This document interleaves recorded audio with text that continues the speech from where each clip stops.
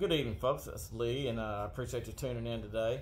I want to talk a little bit about what I think is the number one bass bait of all time. It's the best bait to use in all conditions.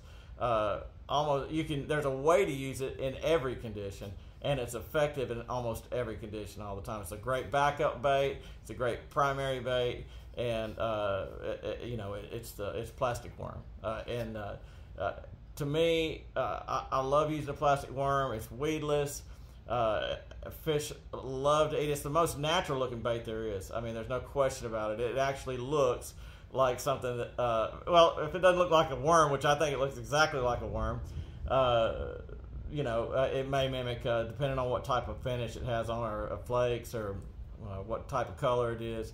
It may mimic a shad or a shine or something coming through the water, but it definitely looks like a worm, and bass eat worms. They eat centipedes, they eat worms, anything that falls in the water, a large amount of bass will eat it. And it's soft, you get a little extra time to set the hook. They hit it, they hold it in their mouth for a second, and so it's a real good bait to use. And it's a little intimidating because you don't, unlike a spinner bait, unlike a crankbait, or moving baits like that, bass really knock the crap out of those baits, and it's no doubt when a bass hits it. With a worm, it's a little different. I mean, sometimes, almost all the time, it's just a thump, a tap, because they're opening up their mouth, they're sucking it in their mouth, and what you feel on the end of your rod tip is just kind of a thunk. It doesn't really feel like, it feels kind of like a brim in it sometimes. And if you have any slack in your line at all, you're not going to feel it at all. And so it's a little disconcerting at first, or uncomfortable at first. Because I remember when first time I ever used a worm, I didn't have any faith in it. I didn't have any confidence in it, and I didn't know what to expect. And there was something wrong about it for me. It wasn't like throwing a spinner bait or throwing a crankbait or hitting the top water across the top. So I had to learn, once I caught the first bass on a worm, I realized that I was onto something, or someone else was onto something, and they turned me onto it. So it is an effective bait, and it works all the time. I mean, I catch a lot of bass on worms. I catch big bass on worms consistently, and the way I'm fishing right now, I'm fishing all these retention ponds around here.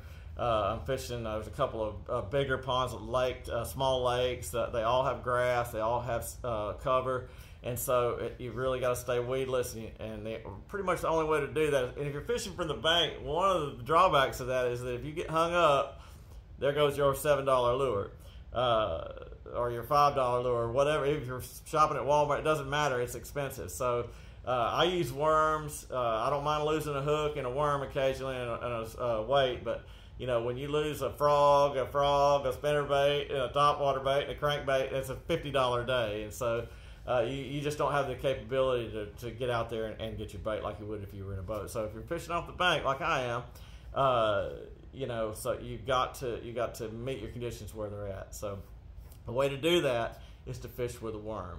And so there's a few different ways to rig it, and a couple different ways, or there's invariable ways to work it. But I will just get to the point on that. Slower is always better.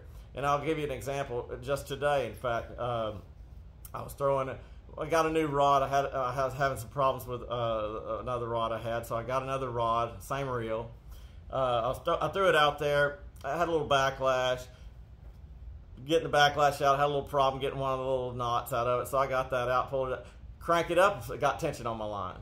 And I'm like, I'm not sure. But then I felt a little, I felt him shake his head a little bit, and I laid into him. Big bass. I mean, had me wrapped up in lily pads, got him out of the lily pads, took out line, got him back, took out more line, got it wrapped up, had to drag him through the reefs to get him up on the bank. It's a beautiful bass, about 6 pounds, it's 22.5 inches. And a real good sized fish. I put a video up on that earlier today, and so I caught it with a worm. And I've caught several big bass in the last. I caught 20 fish yesterday. They were all smaller, 2 pounds, 1 to 2 pounds in that range. yesterday at another retention pond, and I'm telling you, that one I'm going back to because I know there's some bigger fish in here. I just didn't catch them yesterday.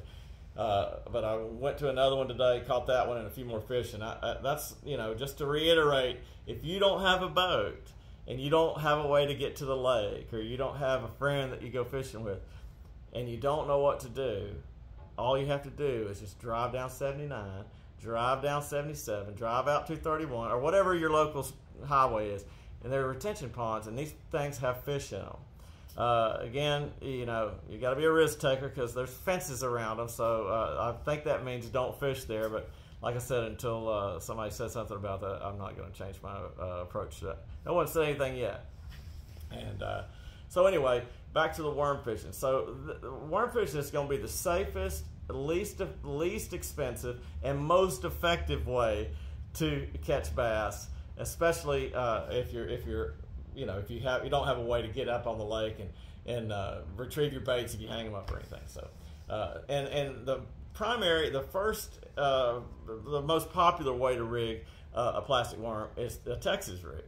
And we went over that before in another video. You just got a bullet weight, and you put a EWG hook or true turn hook or whatever type of hook it's a worm hook, and you rig it weightless. We went over that before, but another way is obviously the Carolina rig, and a lot of folks use that. And what that is and that Carolina rig you use in more of a, for me, it's in deep water like humps, like on humps, or deep structure.